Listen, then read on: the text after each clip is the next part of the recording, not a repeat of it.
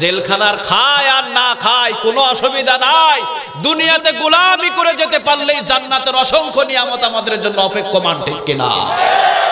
রাসূল বলেছিলেন আজ থেকে 1400 বছর আগে আমার কালিমার ছায়াতলে এসেছে হযরত আলী, আমার কালিমার ছায়াতলে এসেছে যুবক হযরতে বেলাল, আমার কালিমার ছায়াতলে এসেছে হযরত আম্মার, খাব্বাব, খুবাইব। কসম করে বললাম কালিমার পতাকা মক্কা মদিনার ভিতরে পথ করে উঠতে আর বেশি দিন দেরি হবে না। তোমরা আমাকে মারো, আমাকে কাটো, আমাকে জ্বালাও, আমাকে পোড়াও, কোনো অসুবিধা নাই, কিন্তু খবরদার আমার রাসূলকে নিয়ে বাজে কোনো কথা বললে জিহ্বাটাকে টেনে ছিঁড়ে ফেলা হবে। আমার কোরআন নিয়ে কোনো কথা বললে জিহ্বাটাকে টেনে ছিঁড়ে ফেলা হবে। আমরা বারবার বলি তোমরা যে কথাগুলো বলে যাচ্ছ, কথাগুলো সংসদ ভবনে, কথাগুলো পুলিশ পাহারা দিয়ে, র‍্যাব পাহারা দিয়ে, টকশোর ভিতরে বলো কোনো সাহস থাকে সাতখানিয়ার জমিনে এসে বল পিঠের চামড়াটা ঢাকা যাইতে পারবি না। একটা তারেক মনোয়ার বিদায় হবে, 10টা তারেক মনোয়ার জন্ম নেবে। একটা আজহারি বিদায় হবে, 10,000 আজহারি জন্ম নেবে। একটা মামুনুল হক গ্রেফতার হবে, 10,000 মামুনুল হক জন্ম নেবে। আগামীর দিন হবে ইসলামের দিন, আগামীর দিন হবে বিপ্লবের দিন, ঠিক কিনা? কেউ ধরে আটকাতে পারবে না।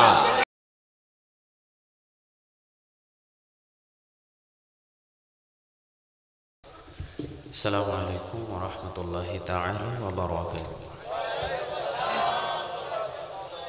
ইন্নাল হামদালিল্লাহি নাহমাদুহু ওয়া নাস্তাঈনুহু ওয়া নাস্তাগফিরুহু ওয়া নু'মিনু বিহি ওয়া নাতাওয়াক্কালু আলাইহি ওয়া নাউযু বিল্লাহি মিন শুরুরি আনফুসিনা ومن سيئات أعمالنا من يهده الله فلا مضل له ومن يضلل فلا هادي له فلن تجد له وليا مرشدا ونشهد أن لا إله إلا الله وحده لا شريك له والذي لا ضد له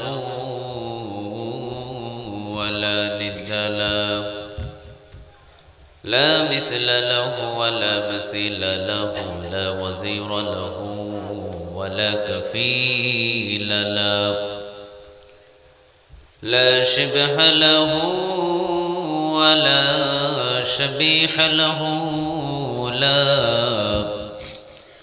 ولد له ولا والد له وهو الوحيد الفرد الصمد لم يلد ولم يولد ولم يكن له كفوا أحد ونشهد أن سيدنا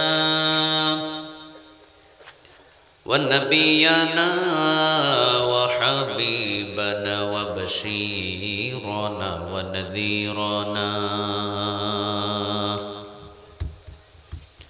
وطبيبنا وطبيب أرواحنا وحبيبنا وحبيب ربنا محمدا عبد الله ورسوله أرسله بالحق بشيرا ونذيرا وداعيا إلى الله بإذنه وسراجا منيرا أما بعد فقد قال الله تعالى في كلامه المجيد وفي فرقانه الحميد أعوذ بالله من الشيطان الرجيم بسم الله الرحمن الرحيم إن الله وملائكته يصلون على النبي يا أيها الذين آمنوا صلوا عليه وسلموا تسليما اللهم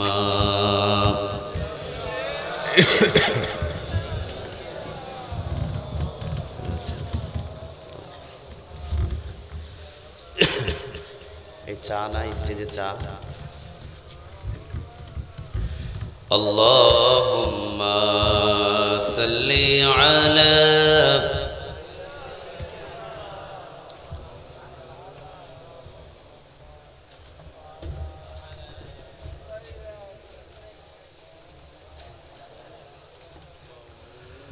কত ব্যথা কত ভাবে শুয়েছ যে তুমি তোমারি খুনে লাল তায়েফের ভূমি ফেরেশতা এসে যা ধ্বংসের হুকুম লাও মাখা মুহাম্মদ প্রাণেতে হযরত ওয়াল্লা ক্ষমা কর হেতায়ে বাসি ওরা বুঝেনি যে আমি যে মুহাম্মদ হৃদয়ে মুহাম্মদ আল্লাহুম্মা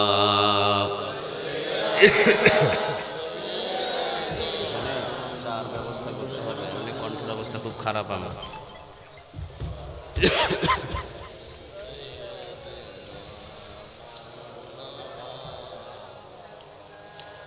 হাজারো ব্যথা বেদনার পরে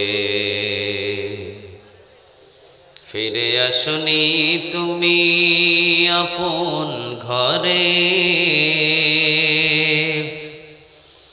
দিনের আলো তুমি ছড়িয়ে দিতে চলে গেলে মদিনায় মক্কা ছেড়ে রাসূল তোমাকে ভুলি আমি কেমন করে হে রাসূল তোমাকে ভুলি আমি কেমন করে খে না খে দিন প্রচারের কাজে নিজেকে দিয়েছ বিলিয়ে তায়েফের কাফেরেরা চিনল না সে আলো দুষ্টু কাফেরদের পিছু দিল লেলিয়ে পাথরের আঘাতে ক্ষত বিক্ষত হয়ে সারা শরীর থেকে রক্ত ঝরে হে রাসূল তোমাকে ভুলি আমি কেমন করে হে রাসূল তোমাকে ভুলি আমি কেমন করে আল্লাহুম্মা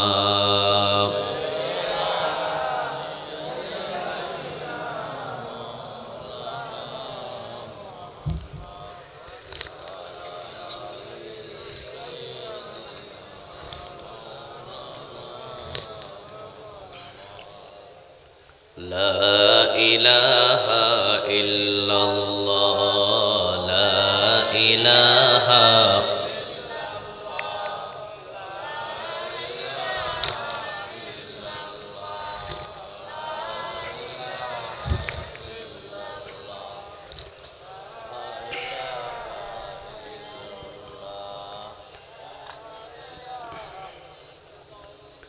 لا إله إلا الله لا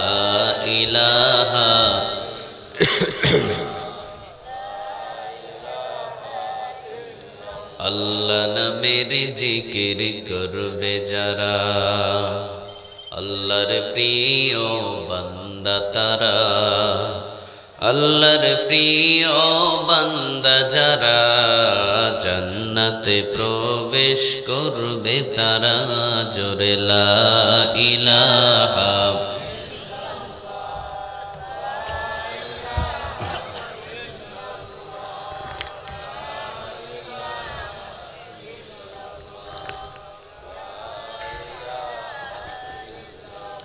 লা ইলাহা ইল্লাল্লাহু মুহাম্মাদুর রাসূলুল্লাহ সাল্লাল্লাহু আলাইহি ওয়াসাল্লাম। আপনারা সবাই কেমন আছেন? আলহামদুলিল্লাহ। যদিও আল্লাহ অসুস্থ, তারপরেও আল্লাহ আমাকে কিছুটা সুস্থতা দান করেছেন, এই জন্য আপনাদের মাঝে আসতে পেরেছি। আলহামদুলিল্লাহ। আপনারা সবাই কোরআনের ময়দানে বসতে পেরে খুশি না বেজার? সবাই পড়ুন আলহামদুলিল্লাহ। পড়েন রব্বানা লাকাল হামদ হামদান কাসীরান তাইয়িবান মুবারাকান ফি। বলেন প্রশংসা করলাম কার? সবখানে প্রশংসা করব কার? খাওয়ার সময় কার? ঘুমানোর সময় কার? ঘুম থেকে জাগার সময় কার? রাস্তাঘাটে চলার সময় কার? দোকানের মাল চুরি করার সময় কার? আচ্ছা, এটা ভুল, এটা মুখ থেকে বাহির হয়ে যায়, আল্লাহ মাফ করে দিবেন। আলহামদুলিল্লাহ বলেন। ইন্নাল্লাহা লা ইয়ানজুরু ইলা সুওয়ারিকুম ওয়া আমালিকুম ওয়ালাকিন ইয়ানজুরু ইলা কুলুবিকুম ওয়া আমালিকুম। আল্লাহ কখনো মুখেরটা নেন না, আল্লাহ তাকিয়ে আছেন কলিজার দিকে, ঠিক কিনা? আপনার কলবে কি আছে ওইটা জানেন কে? আরো জোরে বলে। আল্লাহর নাম নিতে আপনাদের কেমন লাগে? চিৎকার দিয়ে বলেন তো আল্লাহ। আরো জোরে বলেন আল্লাহ। চিৎকার দিয়ে বলেন আল্লাহ। আল্লাহকে ডাকতে অলসতা করেন নাকি আপনারা? পৃথিবীর সব কাজে অলসতা, আল্লাহর হুকুমে কোনো অলসতা নাই, ঠিক কিনা? আমাদের সব কাজের ভিতরে অলসতা থাকতে পারে, কিন্তু ওই মালিকের কাজে খবরদার অলসতা আমরা করব না। আল্লাহ তোমার গোলাম হিসাবে আমাদের কবুল করো। আমরা সবাই কি, এই কথাটাও বলতে পারলেন না? আমরা সবাই কি? আমরা গোলাম। আমাদের মালিক কয়জন? কে? আল্লাহর গোলাম আমরা, ঠিক কিনা? গোলামের কাজই হলো মালিকের হুকুম মানা। গোলামের কাজটাই হলো মালিকের হুকুম মানা। মালিক যা বলবে গোলাম সেই হুকুম অনুযায়ী চলবে, ঠিক কিনা? কিন্তু মালিক বলে একটা, গোলাম করে আরেকটা। সে গোলাম নয়, এটা হলো গোলাম নামের বাটপার। আমরা বাটপার হতে চাই না, আমরা হতে চাই কি? সবাই বলেন গোলাম। আল্লাহ গোলামদেরকে খুব ভালোবাসেন। আল্লাহর যদি গোলাম হতে পারেন, কত গুনাহ করছেন আপনি, আপনার সমস্ত গুনাহ আল্লাহ মাফ করে দিবে। মুমিনরাই তো আল্লাহর গোলাম, ঠিক কিনা? মুমিনরা কার গোলাম? আল্লাহর গোলাম। আল্লাহ বলছেন আমি তোদের সব, তোদের ছেলে মেয়ে এগুলো আপন নয়, এগুলো সব পর। আপন কে? সবাই পড়ে থাকবে দুনিয়ায়। চোখ বন্ধ করেন না কেন? চোখ বন্ধ করেন, দেখেন সব অন্ধকার, ঠিক কিনা? আপনি রাতের অন্ধকারে যখন একা একা হাঁটেন, কাউরে দেখা যায়? কাউরে না দেখা যায় না, কেউই নাই আপনার। আপনি এখনই চোখ বন্ধ করেন, আপনার ডানে পাশে কেউ নাই। বুঝেও আমরা না বুঝার ভান করি। আমাদের সবচেয়ে একজন আপন বেশি, তিনি কে? ওই আপন রবকে আমরা এখন পর করেছি, তার কাজটা আমরা সবার পরে করি, ঠিক কিনা? 5 ওয়াক্ত নামাজ আমাদের অনেকের আজ পর্যন্ত ঠিক নাই। এই হুকুমটা কার? কথা বলেন না কেন? কিন্তু বাড়ির সব ছেলে মেয়ে বিবি সব কাজগুলো আপনি প্রতিদিন রেগুলার করছেন। আমার মা বোনেরা সারাদিন 3 বেলা খাবারের জন্য কত পেরেশান রান্না নিয়ে রেগুলার 3 বেলা রান্না করছেন, ওটাতে কোনো সমস্যা হয় না তাদের। কিন্তু 5 ওয়াক্ত নামাজ অনেক মা বোনেরা পড়তেই পারেন না, ঠিক কিনা? কেন?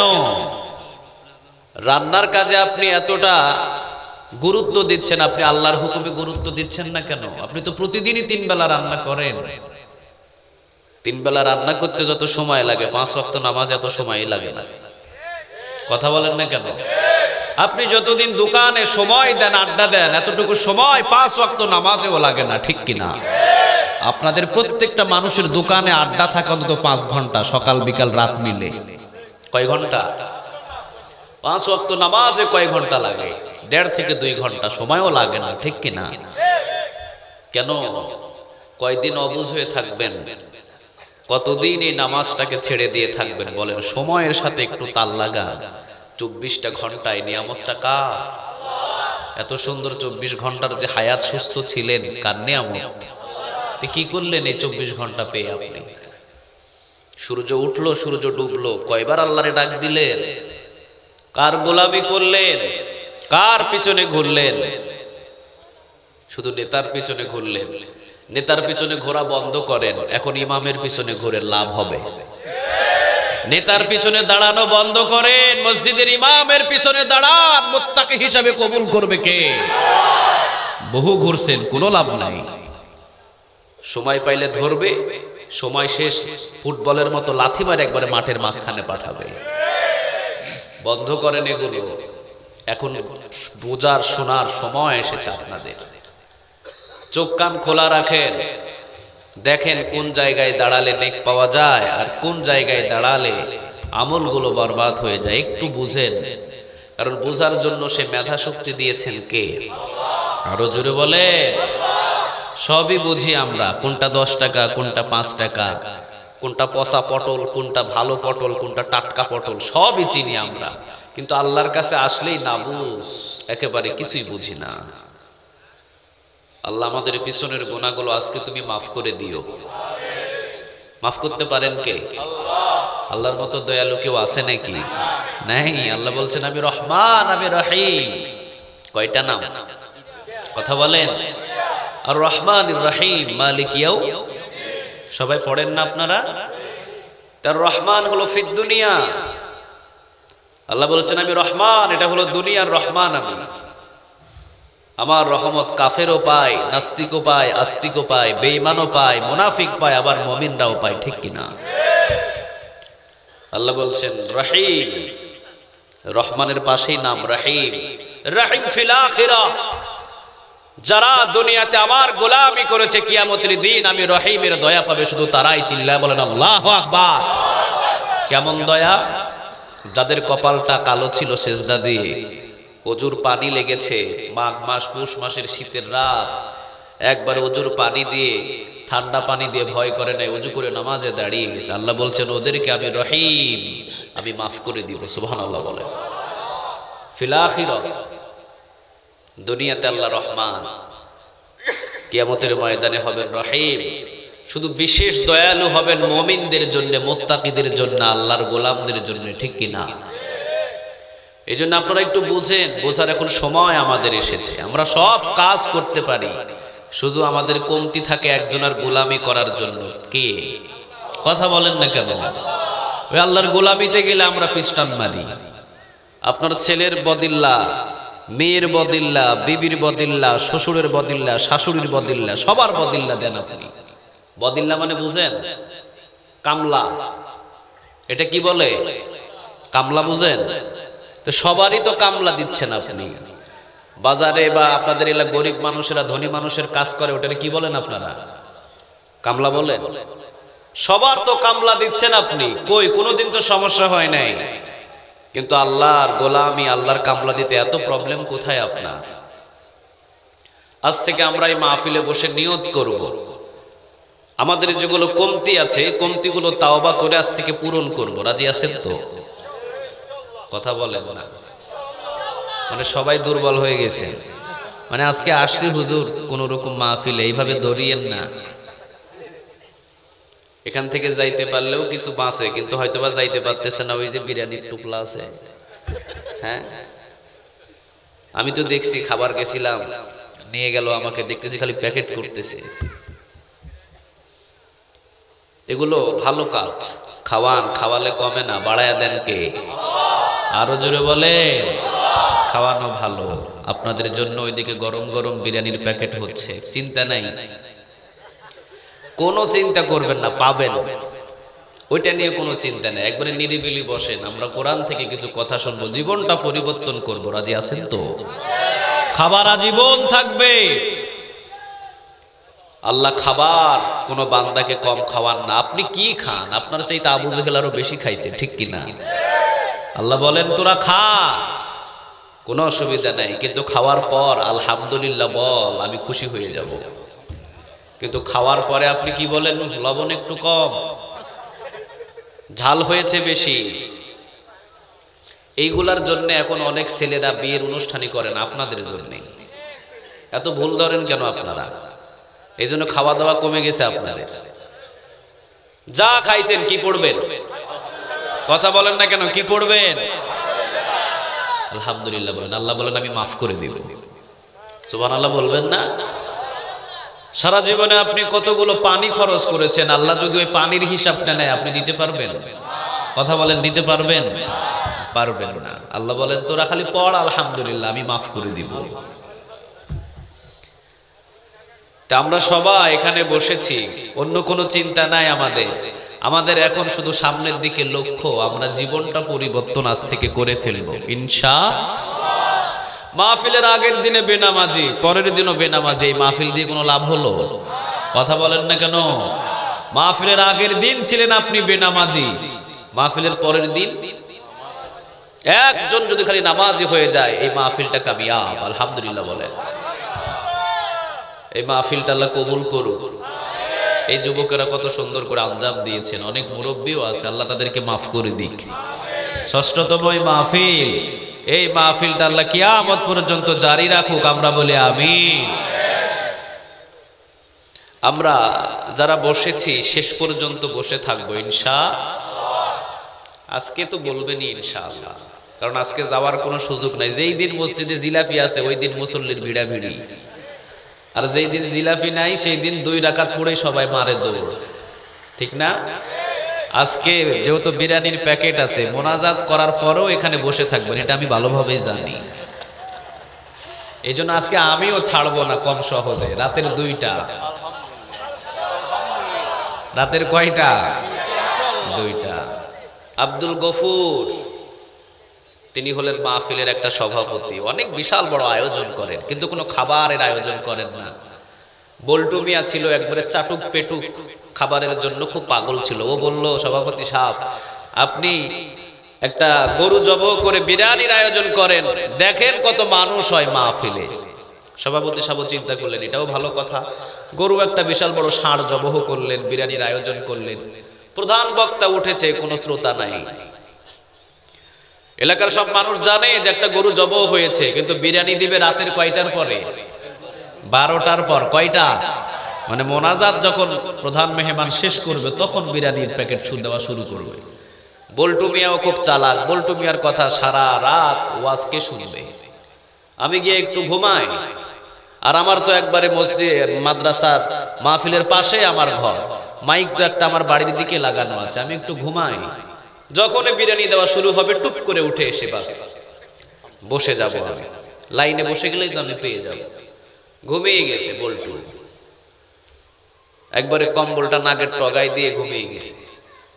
কিন্তু এইদিকে প্রধান মেহমান উঠে দেখে মানুষ হবে 10,000, মানুষ আছে মাত্র 500। সভাপতি জিগাইল, কি ব্যাপার, মানুষ কই? আপনি 10,000-10,000-এর মতো প্যাকেট করে রেখে দিয়েছেন বিরিয়ানির, মানুষ কই? 10,000-এর চাইতে বেশি হবে, কিন্তু মানুষগুলো আসবে হলো মোনাজাতের পরে। কেন? কারণ এই এলাকার মানুষ সব চালাক, খাওয়ার পাগল, ওয়াজের পাগল নয়। এই জন্য যখন প্যাকেট দেওয়া শুরু হবে তখন দেখবেন চতুর্দিকে মৌমাছির মতো এসে ভরে যাবে। বক্তাও বড় চালাক, বক্তা বললেন ঠিক আছে আজকে, মাইকেই বলছে জোরে জোরে, আজকে এখনই বিরিয়ানির প্যাকেট দেওয়া হবে। ওয়াজ পরে বিরিয়ানির প্যাকেট আগে দিয়ে দেন। সভাপতির অনুমতি দিচ্ছে, দিয়ে দেন আপনি ডান দিক থেকে। সভাপতিও বলছে ঠিক আছে বিরিয়ানির প্যাকেট দিয়ে দাও। বল্টু মিয়া তো কানের ভিতরে গেছে আওয়াজ, বিরিয়ানির প্যাকেট দেওয়া শুরু হয়ে গেছে। দিবে 12টায়, দেওয়া শুরু করছে 10টায়। লাভ দিয়ে উঠে নিজের ছেলেরে বলছে তাড়াতাড়ি বালতি ল, ছেলেরে নিয়ে বালতি নিয়ে মারছে দৌড়, দরজা যে লাগানো আছে খবরও নেই, দরজার সাথে ধাক্কা লাগিয়া থোতা মোতা সব ফাটাই ফেলছে। ছেলেরে নিয়ে টান দিয়া বাহির হয়ে, খেজুর গাছ ছিল, খেজুরের সাথে পেঁচ লাগিয়া পোড়া, পিছনে হাত দিয়া দেখে লুঙ্গি নাই। তো এই হলো আমাদের খাবারের পাগল। আমরা খাবারের পাগল নই, বিরিয়ানির পাগল নই, আমরা পাগল কার? চিৎকার দিয়ে বলেন কার? আল্লাহ বলেন এই দুনিয়ার খাবারের, দুনিয়ার নাজ নিয়ামতের আল্লাহর কাছে চায় না কোনো মূল্য নাই, ঠিক কি না? রাসূল বলেন যদি এই দুনিয়ার এক গ্লাস পানি সমপরিমাণ যদি আল্লাহর কাছে কোনো মূল্য থাকতো, এই দুনিয়াতে একটা গ্লাস পানি কোনো কাফেরকে আল্লাহ খাওয়াতেন না, ঠিক কি না?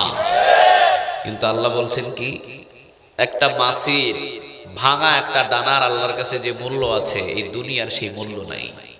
ইজা জুলজিলাতিল আরদু জিলজালাহা ওয়া আখরাজাতিল আরদু সবগুলো ভেঙে চুরমার করে ফেলবেন আল্লাহ। যেই জিনিস ভাঙা হয় ওই জিনিসের কোনো যত্ন রাখেন না, ঠিক কি না? আল্লাহ বলছেন খা, ফুর্তি কর, যা কর, অসুবিধা নাই। কারণ এই দুনিয়া আমি চার আনা কোনো মূল্য রাখি না নিজের কাছে, কারণ এটাকে আমি ভেঙে ফেলে দেব, এটা ভেঙে যাবে একদিন, সবগুলো শেষ করে দেব। টাওয়ার বানা, বাড়ি বানা, গাড়ি বানা, যা ইচ্ছা বানা, চার আনা কোনো মূল্য নাই। মূল্য থাকবে যার ঈমান আছে, খাই হোক আর না খেয়ে হোক, যদি আল্লাহর গোলামি করতে পারেন আপনি হলেন সফল। চিল্লা বলেন ঠিক কিনা? আপনি সফল।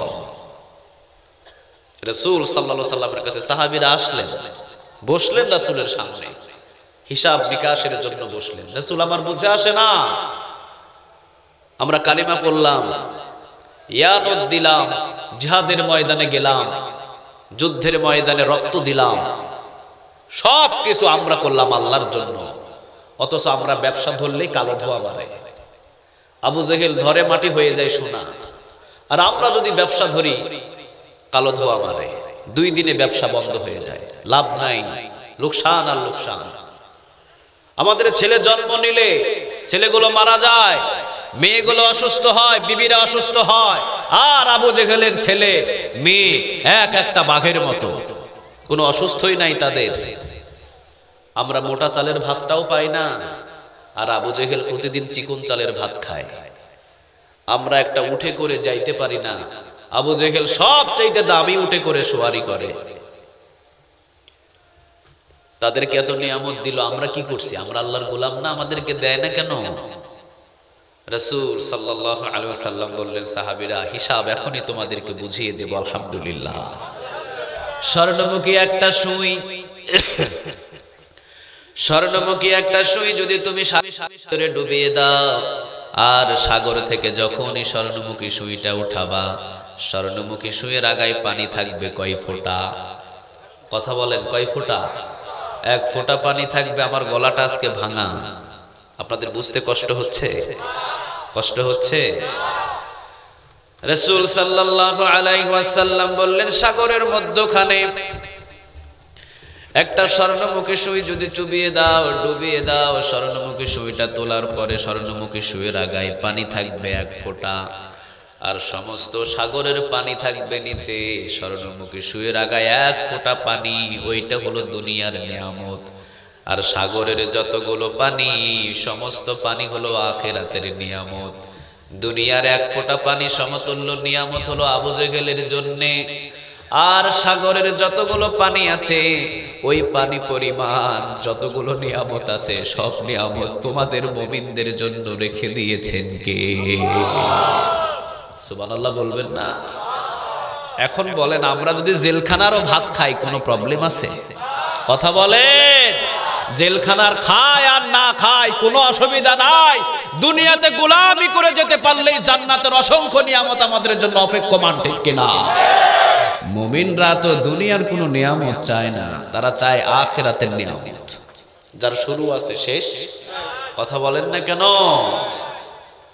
আল্লাহ রাব্বুল আলামিন রাসূল সাল্লাল্লাহু আলাইহি ওয়াসাল্লামকে জানালেন, সহিহ মুসলিমের বর্ণনা, রাসূল আপনি জানিয়ে দেন, আপনার সকল উম্মতদেরকে আপনি জানিয়ে দেন, আপনার সাহাবীরা মোটা চালের ভাতটাও খাইতে পারে না।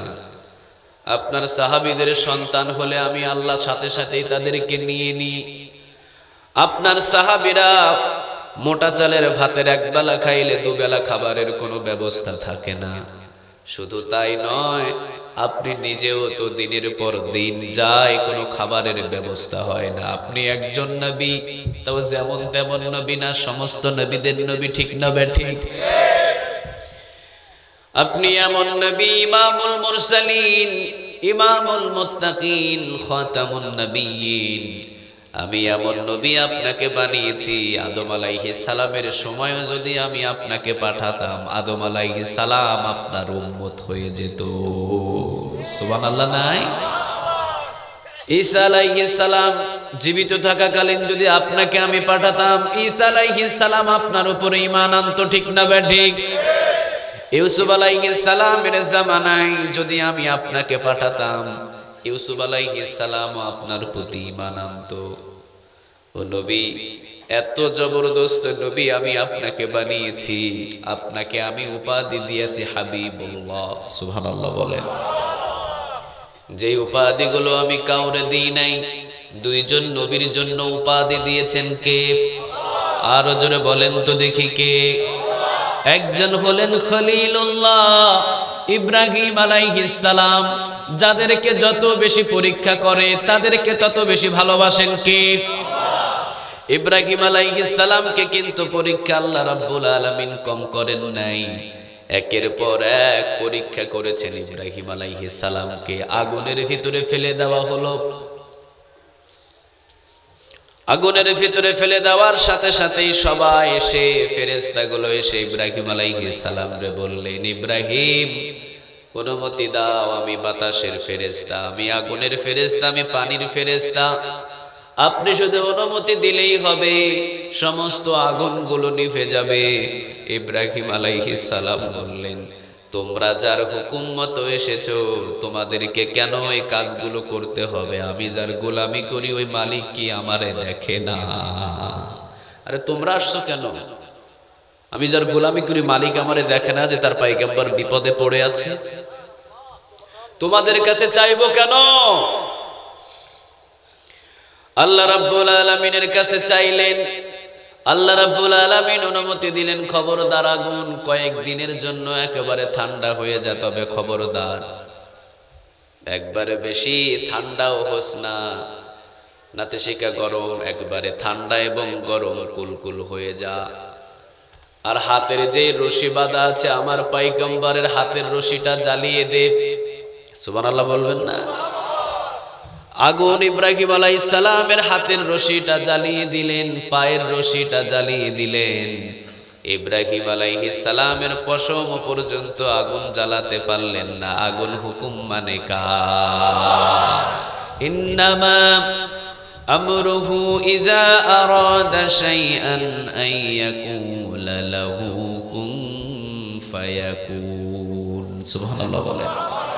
আল্লাহ রাব্বুল আলামিন শুধু বলতে দেরি, কোন হুকুম পালন হইতে দেরি হয় না, ঠিক না ঠিক? ইব্রাহিম আলাইহিস সালাম পরীক্ষায় পাস, 100 পাস, জিপিএ 5 এমন পাস করলেন। প্রত্যেকটা পরীক্ষার ভিতরেই পাস। একের পর এক আল্লাহ রাব্বুল আলামিন পরীক্ষা করলেন। সর্বপ্রথমে আগুনের পরীক্ষা করেছিলেন, আগুনের পরীক্ষায় 5 নাম্বার দিলেন কে? আরো জোরে বলেন। দ্বিতীয় নাম্বার পরীক্ষা সন্তানের পরীক্ষা। দ্বিতীয় নাম্বার ইসমাঈল আলাইহিস সালাম সহ, হাজেরা সহ বললেন, যাও মক্কার মরুভূমিতে রেখে চলে আসো। বলতে দেরি, নিয়ে যাইতে দেরি নাই। উটের পৃষ্ঠ থেকে নামিয়ে রেখে দিয়ে রওনা দিলেন। পিছন থেকে হাজেরা ডাক দিয়ে বললেন, পয়গম্বর কার উপরে ভরসা করে আজকে এখানে আমাদেরকে রেখে যাচ্ছেন? ইব্রাহিম আলাইহিস সালাম কথা বলতে পারছেন না, শুধু শাহাদাত আঙ্গুল দিয়ে ইশারা করলেন উপরের দিকে। কারণ এটা ইব্রাহিমের হুকুম মতো হয় নাই, ইচ্ছা মতো হয় নাই। ইব্রাহিম হুকুম মানে কার? তোমাদেরকে আমি রেখে যাচ্ছি আমার ইচ্ছাই নয়। 24টা ঘন্টা ইব্রাহিম একজনের গোলাম, বলেন তিনি কে? কার গোলামি করছেন আপনি? ইব্রাহিম আলাইহিস সালাম শাহাদাত আঙ্গুল দিয়ে দেখিয়ে দিলেন, চলে গেলেন ইব্রাহিম আলাইহিস সালাম। দীর্ঘ বছর পর আবার ইব্রাহিম আলাইহিস সালামকে রাতের বেলা বললেন, ইব্রাহিম, ইসমাইলটা আমার জন্য কোরবান করো। হাতের ভিতরে ছুরি নিয়ে সোজা চলে আসলেন এই মক্কায়। সুবহানাল্লাহ বলবেন না?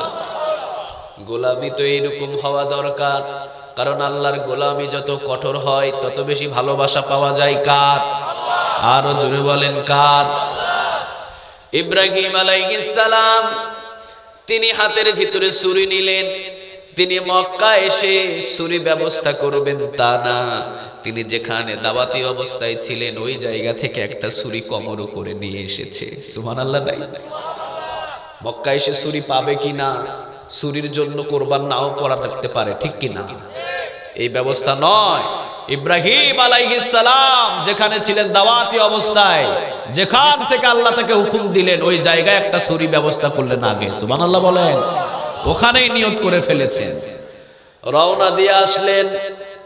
মক্কায় আসার পর হাজেরার সাথে সাক্ষাৎ হলো। ইসমাইল আলাইহিস সালাম রে দেখলেন, ফুটফুটে একটা সন্তান আমার, এত সুন্দর চেহারা।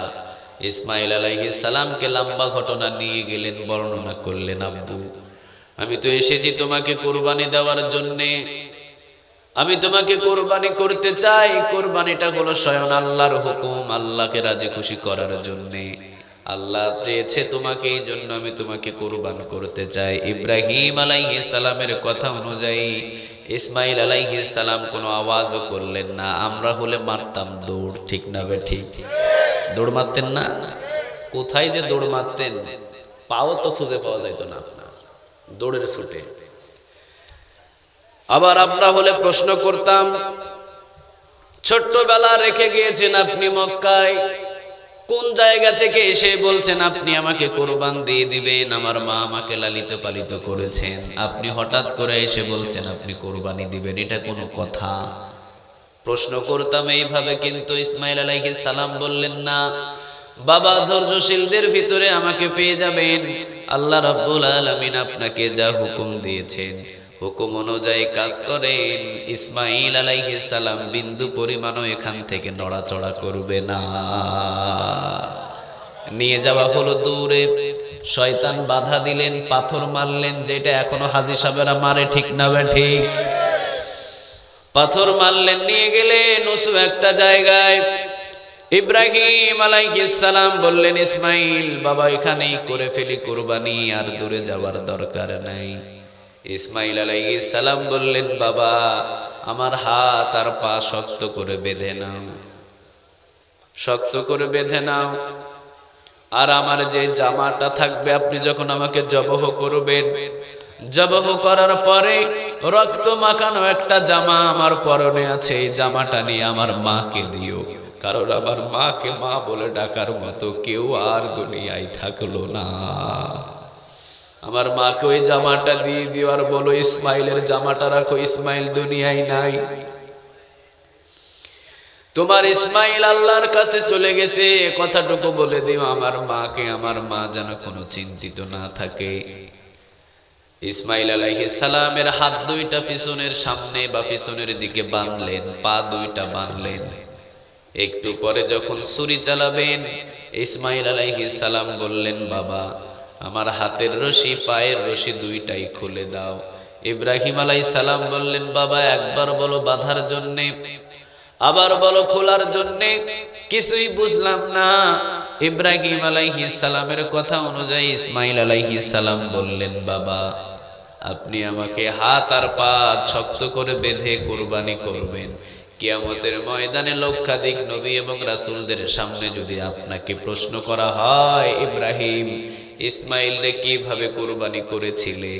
হাত বাঁধা ছিল, পা বাঁধা ছিল, ইসমাইল রাজি ছিল না, এই জন্য জোর করে শক্ত করে বেঁধে তুমি কুরবানি করেছো, এমন কথা কিয়ামতের ময়দানে কোন নবী এবং কোন রাসূলদের বলার আমি চান্স ইসমাইল দিব না। আপনি জবহ করেন, বিন্দু পরিমাণও ইসমাইল নড়াচড়া করবে না। কারে বলে গোলামি, কারে বলে ইবাদত, কারে বলে মুমিন, কারে বলে মুত্তাকিন? ইসমাইল আলাইহিস সালামের গলায় ছুরি চালানোর জন্য যখন ছুরি নিলেন, দুইবার তিনবার পুঁছ দিলেন, কাটলেন না। লম্বা ঘটনা। পাশে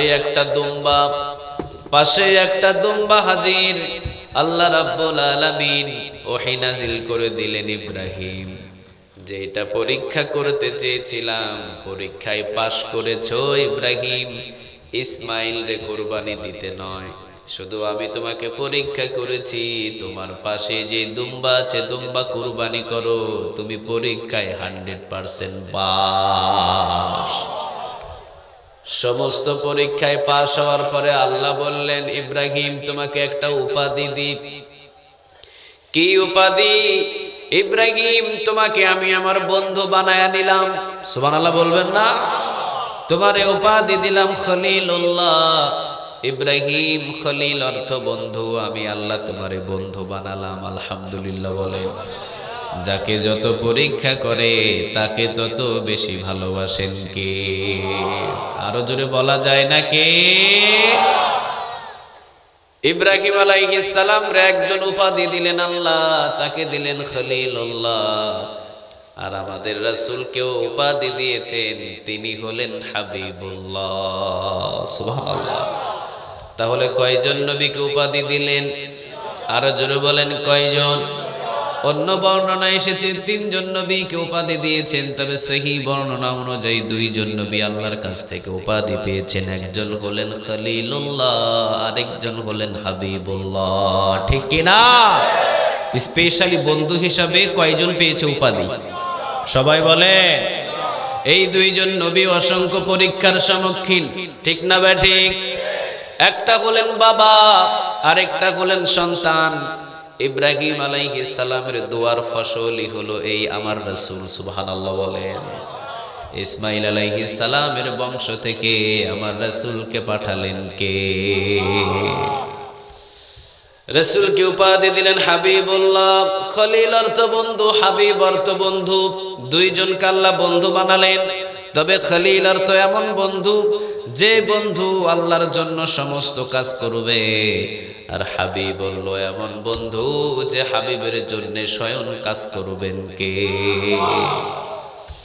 খলিল অর্থ এমন বন্ধু আল্লাহর জন্য সব হুকুম মানবে, নিজে আগুনে জ্বলবে, আল্লাহরে খুশি করার জন্য সন্তান কুরবানি দেবে, আল্লাহকে খুশি করার জন্য কাবা ঘর বানাবে, আল্লাহকে খুশি করার জন্য ইসমাইল এবং হাজেরাকে মরুভূমির ভিতরে রেখে যাবে। আর হাবিব অর্থ এমন বন্ধু রাসূল যে কাজে খুশি হবেন ওই কাজটা করার জন্য আঞ্জাম দিবেন কে? আরো জোরে বলেন তো দেখি কে? রাসূল মুখেও বলেন না, শুধু অন্তরে অন্তরে চিন্তা যেটা করেন ওইটা করে দেন কে? সুবহানাল্লাহ বলবেন না? মক্কা থেকে চলে গেলেন মদিনায়, বারবার আমার রাসূল মক্কার দিকে তাকাচ্ছেন। মক্কাবাসীরা রাসূলকে থাকতে দিলেন না। মক্কাবাসীরা হত্যা করার জন্য যেই দিন রাসূলকে ধরার জন্য উঠে পড়ে লাগলেন, আল্লাহ জিবরিলকে পাঠিয়ে বললেন, যাও হিজরতের সময় হয়েছে, আমার রাসূলকে হিজরত করতে বলো। জিবরিল আলাইহিস সালাম এসে বললেন, নবী আপনি উঠেন হিজরত করেন। নবী আপনি ওঠেন হিজরতের জন্য প্রস্তুতি নেন। রাসূল ঘুম থেকে জাগলেন, দরজা খুলবেন, খোলার আগে নিজের চাচাতো ভাই আলী রাদিয়াল্লাহু তাআলা আনহুকে রাসূলের বিছানায় শুইয়ে দিলেন। রাসূলের পরে বাহির হয়ে গেলেন, সোজা চলে গেলেন আবু বকরের বাড়ি। আবু বকরকে নিয়ে রওনা দিলেন মদিনায়। কিন্তু রাসূল যেই দিন মদিনায় যাচ্ছেন, 2 চোখ বেয়ে বেয়ে গড়ে গড়ে পানি পড়ছে। মক্কা ছেড়ে যেতে রাসূলের মনে চায় না, কারণ এই মক্কা ঘরের সাথে সব নবীদের সম্পর্ক, এই মক্কা ঘরের সাথে সম্পর্ক কার? সুবহানাল্লাহ বলবেন না? 1 রাকাত নামাজে 100 রাকাতের নেকি। সুবহানাল্লাহ। আগামীকাল বাড়ি যায় মদিনাতে নামাজ পড়লে 500, মদিনাতে নামাজ পড়লে 50 রাকাত। আর কাবা ঘরের চত্বরে যদি আপনি সালাত আদায় করেন 100 রাকাত নামাজের নেক আমলনামায় জমা করে দিবে কে? 1 লক্ষ। 100 না 1 লক্ষ। আলহামদুলিল্লাহ বলেন।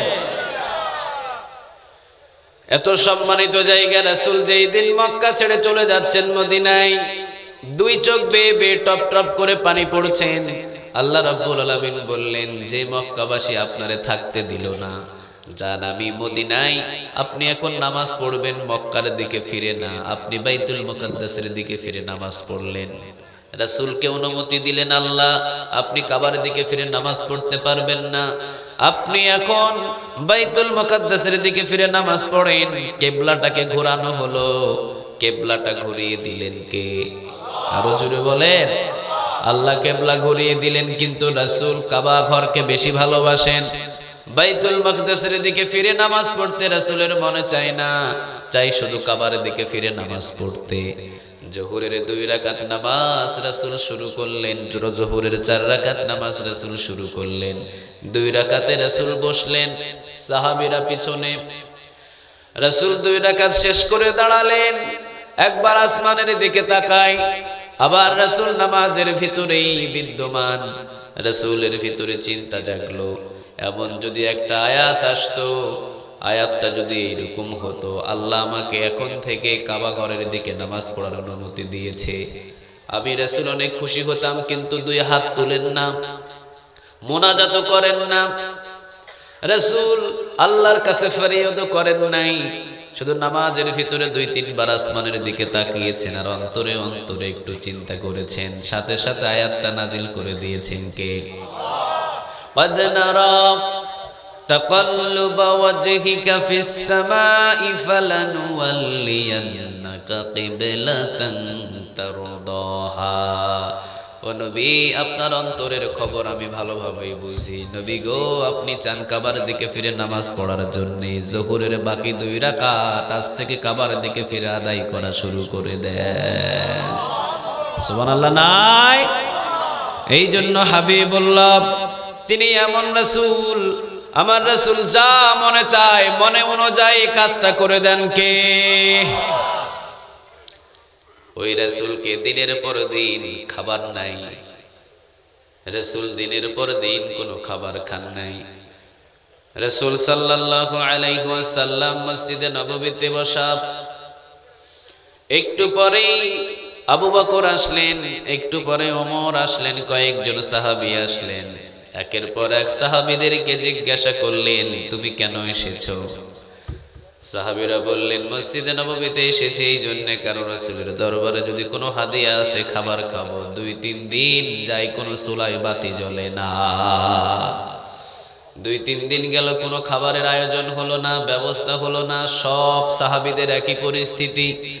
রাসূল কয়েকজন সাথে নিয়ে চলে গেলেন এক সাহাবীদের বাড়ি। রাসূল আসা দেখে সাহাবী একটা ছাগল জবাহ করে ফেললেন, রুটিও বানিয়ে ফেললেন, খেজুরও নিয়ে আসলেন। রাসূল রুটি এবং একটু গোশতের টুকরা সুন্দর করে প্যাকেট করে সাহাবীকে বললেন, আমার মেয়ে ফাতেমার কাছে পৌঁছিয়ে দাও, কারণ আমার মেয়ে ফাতেমা আজকে প্রায় 4-5টা দিন কোনো খাবার নাই। কত কষ্ট মুমিনদের, বলেন তো দেখি, মুমিনদের কষ্ট দেখে খুশি হন কে? আরো জোরে বলেন তো দেখি কে? এই জন্য সাহাবী বললেন, ও নবী, আবু জেহেল, আবু লাহাব, উতবা, সাইবা, মুগিরা চিকন চালের ভাত খায়, আমরা মোটা চালের ভাতটাও পাই না। আল্লাহ রাব্বুল আলামিন রাসূলকে বললেন, নবী আপনি জানিয়ে দেন, যারা মোটা চালের ভাত খেয়ে দুনিয়াতে জিন্দেগি গড়ে, তাদের জন্য চিরস্থায়ী নিয়ামতের ব্যবস্থা করে রেখে দিয়েছেন কে? প্রমাণ হলো মুমিনরা কষ্টে থাকবে, কষ্টে থাকলেও মুমিনদেরকে ভালোবাসেন কে? আরো জোরে বলে। আমরা এখানে সবাই মুমিন, ঠিক কিনা? সবাই কি?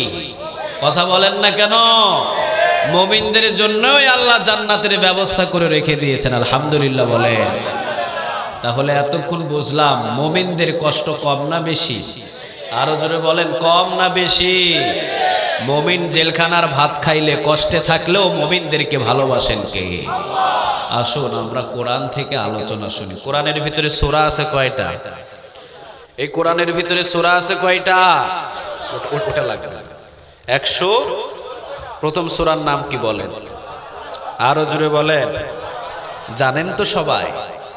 একবার পড়লেই 15 পারা কোরআন তেলাওয়াতের নেক আল্লাহ আমলনামায় জমা করে দিবে। দেখছেন, কয়েকজন বলছে আমিন আর কয়েকজন বলছে সুবহানাল্লাহ। মানে সবার কাছে ভালো লাগে নাই। একবার পড়লে 15 পারা কোরআন তেলাওয়াতের নেক আমলনামায় জমা করবে কে? সুবহানাল্লাহ বলেন। সূরাতুল ফাতিহা এমন ভাবে আমরা মুখস্থ করেছি, জানি না যে আমাদের কোন দিন মুখস্থ হয়ে গেছে, ঠিক কিনা? যত শুনি ততই মজা লাগে। কোরআনটা এমন একটা নিয়ামতের কিতাব, পৃথিবীতে যত কিতাব আছে সব কিতাবের চাইতে একটা কিতাব সবচেয়ে বেশি তেলাওয়াত হয়েছে। কিতাবটার নাম সবাই বলেন।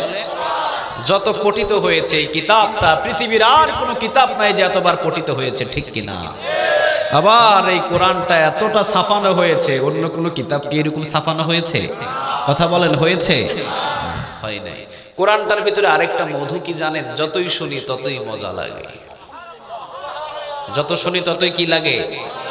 ছোট্ট একটা উদাহরণ নেন না আপনি, সূরাতুল ফাতিহা, লা সালাতা ইল্লা বিফাতিহাতিল কিতাব। এমন কোন নামাজ নাই যে সূরাতুল ফাতিহা ছাড়া নামাজ হয়, ঠিক কিনা? লা সালাতা ইল্লা বিফাতিহাতিল কিতাব। সব নামাজেই কোন সূরা লাগে? সবাই বলেন। আপনি তাহাজ্জুদ নামাজ দাঁড়িয়ে গেলেন, 12 রাকাত পড়বেন, সূরাতুল ফাতিহা লাগে কয়বার? আপনি জোহরের নামাজ 12 রাকাত পড়বেন, সূরাতুল ফাতিহা লাগে কয়বার? আপনি যদি মাগরিবের নামাজ 5 বা 7 রাকাত পড়েন, সূরাতুল ফাতিহা লাগে কয়বার? যত রাকাত আপনার নামাজ তত রাকাতই সূরাতুল ফাতিহা, ঠিক কিনা? তাহলে একজন নামাজি প্রতিদিন 40 থেকে 42 বার সূরাতুল ফাতিহা পড়তে হয়, কারণ একজন নামাজি প্রতিদিন 40 থেকে 42 রাকাত নামাজ পড়তে হয়, বিতির সব সহ। আরো বাড়ায়া যদি নফল পড়েন তা আরো বেড়ে যাবে, কিন্তু কমসে কম আমরা 40 থেকে কত রাকাত? 42 রাকাত আমরা বিশেষ করে নামাজ প্রতিটা মানুষই পড়ে থাকি। তাহলে 42 রাকাত যদি নামাজ পড়ি, সূরাতুল ফাতিহা পড়ি কয়বার? সবাই বলেন কয়বার? এখন কি সূরাতুল ফাতিহা কারো বিরক্ত লাগছে কোনোদিন যে সূরাতুল ফাতিহা ভালো লাগে না? আরেকটা সূরা হলে ভালো হতো, কারো মনে হয়েছে এরকম?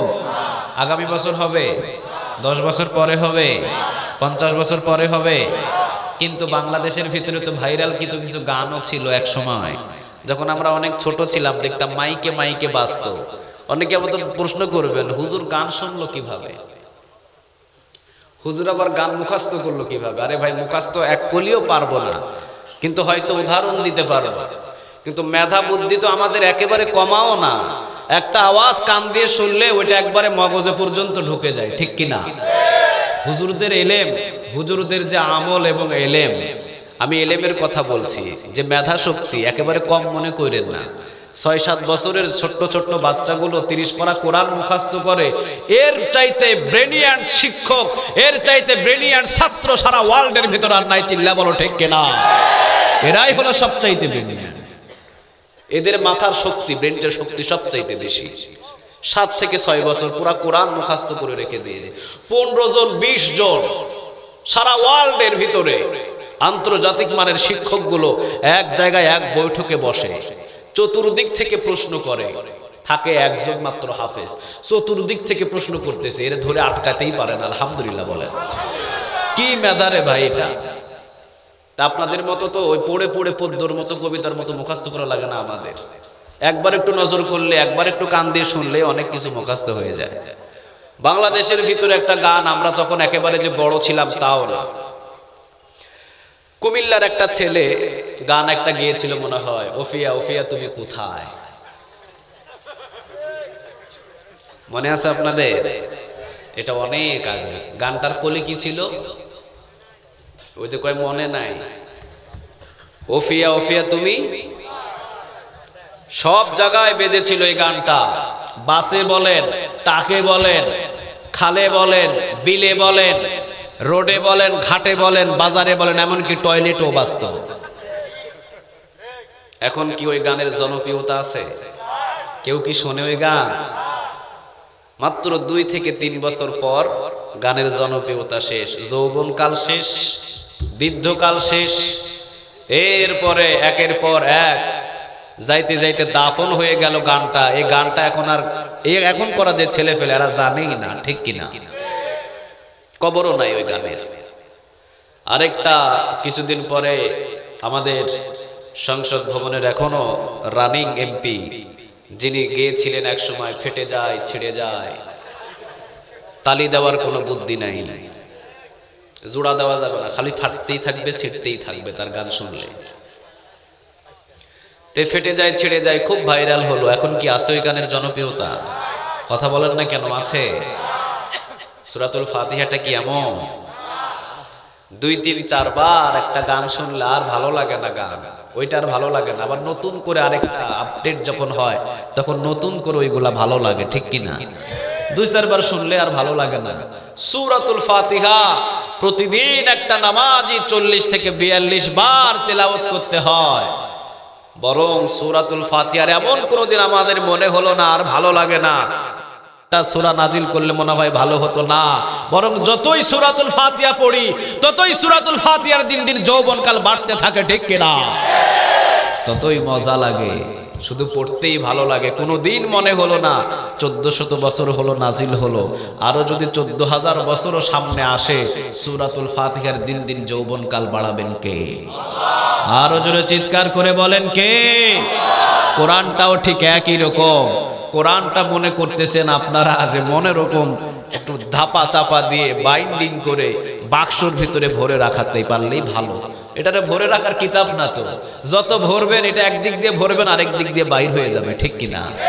সাতখানিয়াতে বন্ধ করবেন টেকনাফে চালু হয়ে যাবে, টেকনাফে বন্ধ করবেন আন্দর কিল্লাতে চালু হয়ে যাবে, আন্দর কিল্লাতে বন্ধ করবেন ঢাকা বসুন্ধরা সিটিতে চালু হবে, বসুন্ধরা সিটিতে বন্ধ করবেন একবারে সংসদ ভবনের ভিতরে কোরআন চালু হয়ে যাবে, ঠিক কিনা?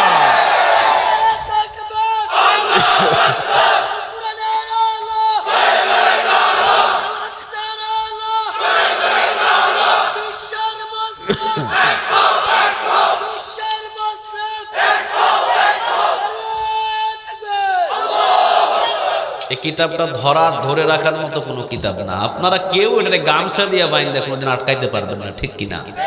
এটা একটা বিষের মতো, এটা একটা বিষের মতো, যেখানেই রোপণ করবেন সেখান থেকেই গাছ বাইর হবে, সেখান থেকে শিকড় চতুর্দিকে ছড়িয়ে পড়বে, ঠিক কিনা? আগে কোরআনের ময়দানে মানুষ হতো মুরব্বী, এখন মুরব্বী না, এখন সবগুলা যুবক। রাসূল বলেছিলেন আজ থেকে 1400 বছর আগে আমার কালিমার ছায়াতলে এসেছে হযরত আলী, আমার কালিমার ছায়াতলে এসেছে যুবক হযরত বেলাল, আমার কালিমার ছায়াতলে এসেছে হযরত আম্মার, খাব্বাব, খুবাইব। কসম করে বললাম কালিমার পতাকা মক্কা মদিনার ভিতরে পথ করে উঠতে আর বেশি দিন দেরি হবে না। যুবকরা যখন বাংলার জমিনে কোরআনের জন্য পাগল, এই কোরআনটারে কি থামায় রাখা যায়? কথা বলেন, যায়? যায়? পারবেন না, সম্ভব না, কোনোদিনও পারা যাবে না। কারণ কোরআনটা কখনো কোনোদিন ধরে আটকানো যায় না। আমরা মাঝে মাঝে তো বলি এগুলো কথা।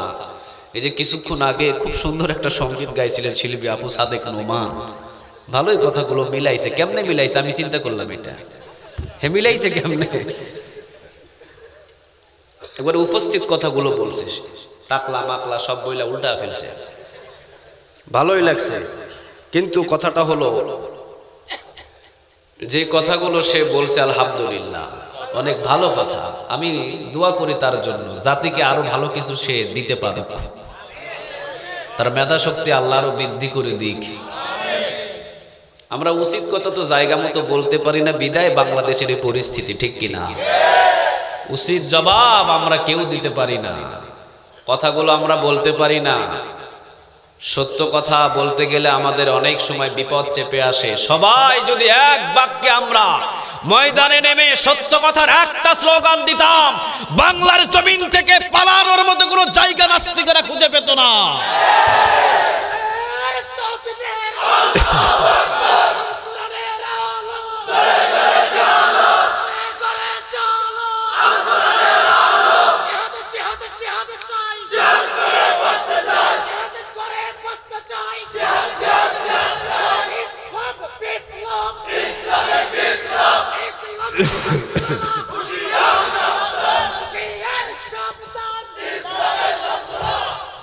আল্লাহ তুমি কবুল করো, আরো জোরে বলেন আমিন। এই যে কিছুক্ষণ আগে যে বলে গেল টাকলা, এরপরে দি মুরগি কবির, তসলিমা নাসরিন, একটা বড় চিহ্নিত নাস্তিক ছিলেন, ঠিক কিনা? যারা এই কোরআন নিয়ে কথা বলে বাংলার মুমিন কখনো তাদেরকে সহ্য করতে পারে না। আমরা কয়েকটা জায়গা একেবারে দুর্বল হয়ে থাকি। তোমরা আমাকে মারো, আমাকে কাটো, আমাকে জ্বালাও, আমাকে পোড়াও, কোনো অসুবিধা নাই, কিন্তু খবরদার আমার রাসূলকে নিয়ে বাজে কোনো কথা বললে জিহ্বাটাকে টেনে ছিঁড়ে ফেলা হবে। আমার কোরআন নিয়ে কোনো কথা বললে জিহ্বাটাকে টেনে ছিঁড়ে ফেলা হবে।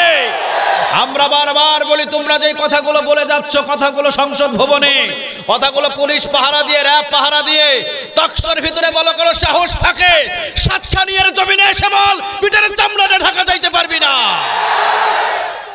আল্লাহ তুমি কবুল করো। এই জন্য কোরআনটা হলো একটা বিষের মতো, যতদিন যায় ততদিন কোরআন যৌবন কাল পাচ্ছে। কোন কাল? কথা বলেন না কেন? এটারে বিদ্ধ করার কোনো কারো ক্ষমতা নাই, কোনো বাক্সর ভিতরে ভরে তালা রাখিয়া দেওয়ার মতো কোনো ক্ষমতা নাই। এক সময় তাদের চিন্তা ভাবনা হয়েছিল, হয়তো কিছু তাফসীর কারকদেরকে দুনিয়া থেকে শেষ করে দিতে পারলেই কোরআনের দাওয়াত বন্ধ হয়ে যাবে। বন্ধ হয়েছে না বাড়ছে? কথা বলেন, বন্ধ হয়েছে না বেড়েছে? বাংলাদেশের আন্তর্জাতিক একজন আল্লামা ছিলেন, যিনি প্রায় 52টা দেশেরও বেশি কোরআনের দাওয়াত মানুষের দ্বারে দ্বারে পৌঁছিয়ে দিয়েছেন। অসংখ্য হাজার হাজার অমুসলিম যার হাতে হাত রেখে মুসলমান হয়েছে। তার তেলাওয়াতগুলো শুনলেই মনে হয় আসমান থেকে কোরআন নাজিল হচ্ছে।